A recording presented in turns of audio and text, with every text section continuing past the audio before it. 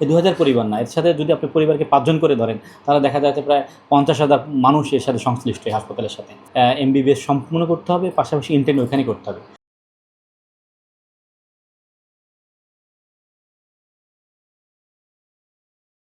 Medical কলেজে হাসপাতাল হলো প্রাণ কলেজের। কারণ হচ্ছে এখানে 3rd ইয়ারের পরে ক্লিনিক্যাল ক্লাস ওখানে হয়। এই ক্লিনিক্যাল ক্লাসের পরে আবার ইন্টার্নি শেষ করা মানে ফাইনাল প্রুফ দেওয়ার পরে ইন্টার্নি হয় এখানে। তো যে কারণে এটা হসপিটাল খুব ইম্পর্টেন্সি বেশি। তা এই মুহূর্তে ইন্ডিয়ান মেডিকেল কাউন্সিল যেখানে আমাদের এখানে প্রায় ৬৪৫ জন স্টুডেন্ট পড়ে টোটাল, তার ভিতরে ২৫৩ জন আছে বিদেশি স্টুডেন্ট। এই বিদেশি স্টুডেন্টেরই এদের ইন্ডিয়ান সিস্টেমটা হচ্ছে এরকম যে এরা যে মেডিকেল কলেজে অ্যাডমিশন নেবে ওই মেডিকেল কলেজ থেকে এমবিবিএস সম্পূর্ণ করতে হবে, পাশাপাশি ইন্টার্ন ওইখানেই করতে হবে। অন্যথা অন্য কোনো মেডিকেল কলেজে যদি তাদেরকে মাইগ্রেশন করা হয় তাহলে টোটাল তাদের শিক্ষা ব্যবস্থাটা বাতিল হয়ে যাবে। এটা ইন্ডিয়ান সিস্টেম। কিন্তু এর আন্ডারে বাংলাদেশেও ঠিক ২০২৩-২৪ শিক্ষাবর্ষ থেকে শুরু করে অদ্যাবধি পর্যন্ত টোটালি এখানেও আমাদের সিস্টেমটা হচ্ছে যেখানে পাশ করলে এখানে ইন্টার্নি করতে হবে। আমার মনে হয় না স্বাস্থ্য দপ্তরে যারা দায়িত্বে রয়েছেন বা গভর্নমেন্টে যারা দায়িত্বে রয়েছেন তারা এই বিষয়টা গুরুত্বের সাথে দেখছেন না।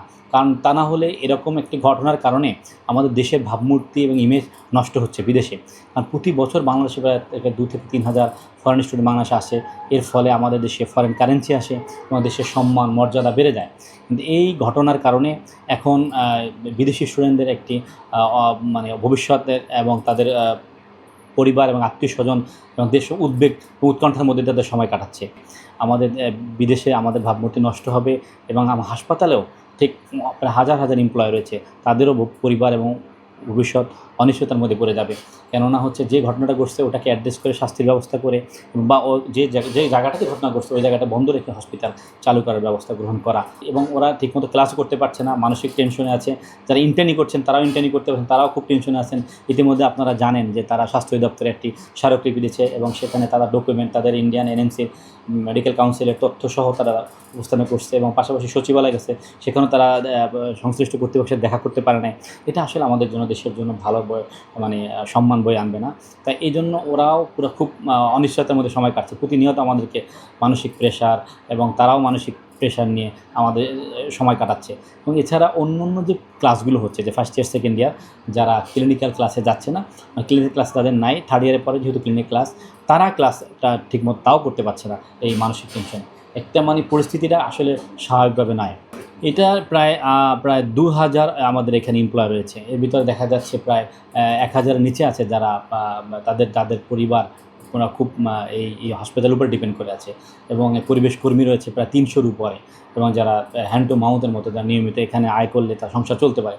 তাই যদি এরকম পরিস্থিতি থাকে তাহলে কর্তৃপক্ষ তো হয়তো ১ মাস, ২ মাস, ৩ মাস, ৪ মাস পর্যন্ত মানে বেতন দিতে পারবে। কিন্তু এটা যদি নিশ্চয়তা না পায় বা আশ্বাস না পায় তাহলে তাদেরও পরিবারের উপর একটা প্রেশার পড়ছে, তারাও একটা উদ্ভূত পরিস্থিতি। শুধু এই ২,০০০ পরিবার না, এর সাথে যদি আপনি পরিবারকে ৫ জন করে ধরেন তাহলে দেখা যাচ্ছে প্রায় ৫০,০০০ মানুষ এর সাথে সংশ্লিষ্ট এই হাসপাতালের সাথে।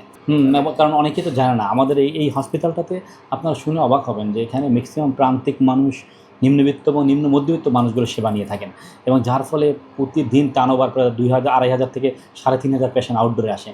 ইনডোরে পেশেন্ট প্রায় আমরা ৭০০ বেডের হসপিটাল এবং ৭০০ বেডই আমাদের পরিপূর্ণ থাকে। আমরা সিট দিতে পারি না, অনেক সময় দেখা যায় প্রতি মাসে প্রায় অনেক সময় অনেক রোগী ফিরে যায়। আর বিশেষ করে ক্রিটিক্যাল যে মা ও শিশু রোগীগুলো, বিশেষ করে গর্ভবতী মা, তার ঢাকা মেডিকেল, পিজি হসপিটাল বা অনেক জায়গাতে রেফার করে ঢাকার বাইরে থেকে, সেগুলো আমাদের এখানে আসে। তারাও অনেক জায়গাতে বঞ্চিত হচ্ছে এবং অনেক কষ্ট হচ্ছে। পাশাপাশি আপনারা জানেন যেটা নিয়ে বেশি আলোচিত হচ্ছে ডায়ালাইসিস। আমাদের এখানে ২৫০ টাকা আমরা গরিব রোগীদের ডায়ালাইসিস করে থাকি। প্রায় ইতিমধ্যে প্রায় ১১,০০০ প্লাস আমরা ডায়ালাইসিস ২৫০ টাকা করেছি। এর ভিতরে এই যারা নিয়মিত গরিব রোগী ডায়ালাইসিস দিত তার ভিতরে অনেকেই মারা গেছে। আপনার ২ জন তো আমরা তথ্য পেয়েছি, আমাদের কাছে ডকুমেন্টস সহ অনেক মিডিয়া কাভারেজও করেছে যে যারা ডায়ালিসিস মারা গেছে। এবং এরা এনআইসিউতে রোগী আমাদের প্রায় ৬৫ ছিল এবং আইসিউতে ২০ জন রোগী ছিলেন। এখন এদেরকে তো শিফট করা যাচ্ছে না। যদি সরকার নির্দেশনা দিয়েছে ৪টা মেডিকেল কলেজ সরকার, সেখানে সিট খালি নেই, আপনি কোথায় নেবেন এনআইসিউ রোগী? বের করলে তো তারাও তো এক্সপায়ার করে যাবে। যে জন্য এটা দ্রুত এটা সমাধান করা উচিত বলে জনগণ এবং আমরাও মনে করছি।